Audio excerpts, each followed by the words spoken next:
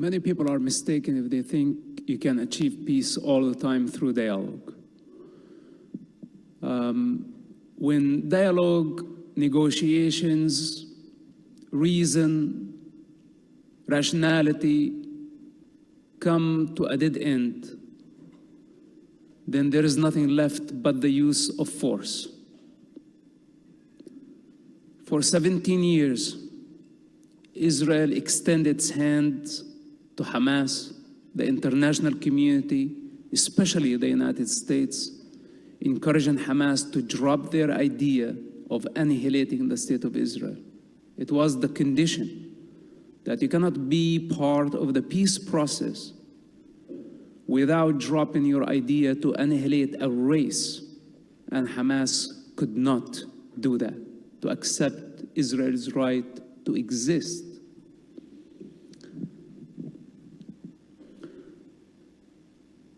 Without going back through the history of Hamas and how many crimes they have committed since their existence, 35 years in the making, building momentum.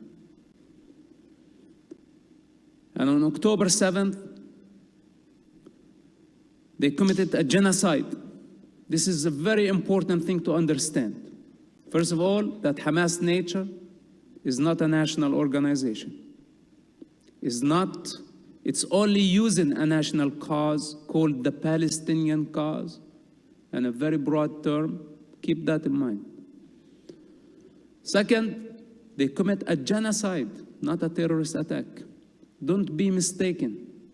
Define a genocide. Look into the Hamas own media documenting their attacks and see what they did to humanity. The darkness, the embodiment of evil. Then it did not stop there. They escaped after their crime, and they took an entire society, the Gazan people, as human shields. So Hamas' first crime was committing a genocide against a race. Then they took human shields. Children, women, building bunkers, tunnels under hospitals, schools, using schools' mosques as missile launching pads. This is their second crime. The third crime against humanity. They kidnapped infants, children, women, elders, took them hostages with a demand to release mass murderers. You saw the infants, you saw the children. How can anyone with consciousness still believe that this is a political issue? Anyone who sees things for what they are, he say or she say no to this.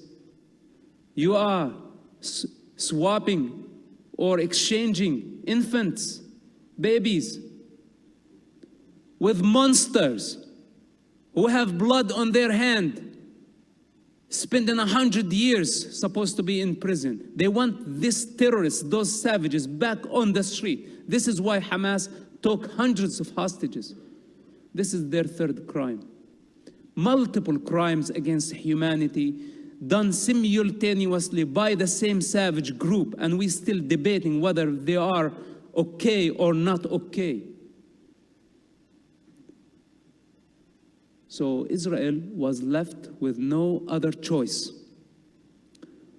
but to use force. And force is the last resort. Philosophers in the East and in the West, enlightened avatars, validated the use of force when all other means fall. And in this case, in Hamas' case, there was no way around it but to use the force. There are civilian casualties, but their blood is on the hands of Hamas and on the hands of Hamas alone. Because Israel warned the civilians of Gaza to evacuate. It gave them 21 days to escape, but they still insist on staying to give Hamas cover. You know why? Because unfortunately, many Gazans support Hamas, and many Gazans voted for Hamas. And the majority of Gazans hated Israel. And many choose to be silent. And a majority of the Arab world, not only the Gazans, failed to condemn Hamas and say this does not represent the Arab people. They failed to condemn Hamas. This is their biggest mistake. And when such a society fail their moral responsibility, at least, I don't want to say to eradicate Hamas, but at least morally, to take a moral responsibility and say, we are different. This does not represent our religion, our culture. But instead, they gave Hamas cover and they failed to condemn Hamas. This is their problem. So Israel is left with no other choice but to defend itself. And all the victims of Gaza that you see, remember my words, they are war victims. Very different type of victims than October 7 victims. October 7 victims, they were victims of a genocide. This is the highest crime can be committed, a genocide, where you systematically kill people, move from door to door, annihilating everything in your way. This is what Hamas did, indiscriminately. What's happening in Gaza, Israel called the people, say, evacuate this building because we have a tunnel under. Then Hamas go with their propaganda using pictures and videos from Syria to say, look what Israel is doing to us, while they are the ones hijacking an entire society using Palestinians as human shields. This is the devil in action. So, of course, there is no other way but the use of force. And with this, I conclude. The United States of America, after the savage attack against Pearl Harbor, where 400 Japanese suicide airplanes hit the harbor, the United States immediately developed the dirty bomb. And they wiped out Hiroshima and Nagasaki 4 years exactly after this attack. When they did that, the war ended. It was the end of World War II. So sometimes, some of us, could be one of us, would have to take the responsibility to drop a dirty bomb somewhere in order to stop the war from spreading.